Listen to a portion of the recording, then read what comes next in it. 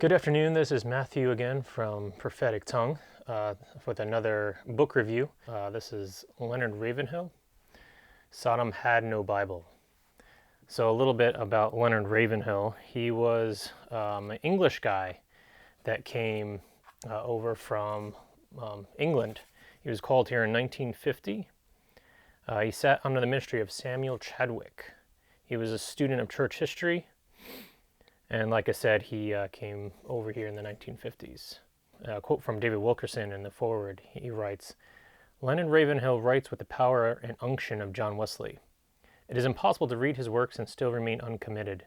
You will love him or hate him because what he says cuts to the marrow and the bone. Only few men in our generation are called to be prophets who monitor the church and the priests of God. This Holy Spirit monitoring is the Holy Spirit's way of keeping his house and the priesthood holy and effective. I think this is Leonard Ravenhill's most powerful book. I read between the lines much of his own anguish, soul-searching, and consecration. Even when he must be negative, it is done in a positive way with one goal in view, the sanctification of chosen vessels. Hard-hitting books like this seldom make the bestseller list, but they carry the stamp and approval of God's Holy Spirit.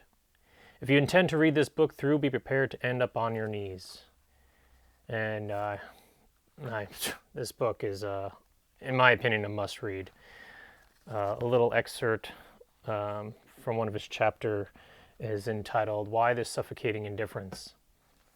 We Christians are debtors to all men and in all times and all places. Men are blind, we must lead them. Men are bound, we must free them. Sinful men are spiritually diseased, we must heal them. Godless men are dead. We must raise them from the dead by the Holy Spirit's power.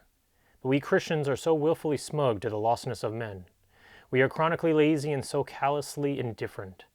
As lax, loose, lustful, and lazy Laodiceans, we are challenging God to spew us out of his mouth. God pity us or smite us. Have we a Moses to stand in the gap if God determines to liquidate this sinning age? And then on page 93 in this book. Our condemnation is that we know how to live better than we are living. We could be livelier than we are and should be. We are suspicious of ourselves that our zeal is not according to knowledge. We are short when it comes to love and long when it comes to excuses. Some wit has said that our churches are full of empty people. Maybe they are half full of half empty people. We have life but not fullness of power. Power but not fullness of power. Concern but not activating concern. Fashion but not passion, interest but not inspiration, ability but not availability. We are not expendable to God for our fellow man.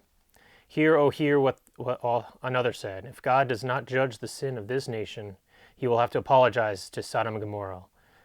Frightful words, but only because they are true. So like I said earlier, this book packs a punch. So if you really want to kind of dig deep of what the church is kind of have become or has looked at over the ages. I mean, nothing is new under the sun, right? So, but I mean, we have to be aware, we have to be observing of the signs of the times, even right now where we're living. But I would definitely recommend this book, and he is probably my favorite author, my favorite pastor from the past. I can just read this book over and over and over again.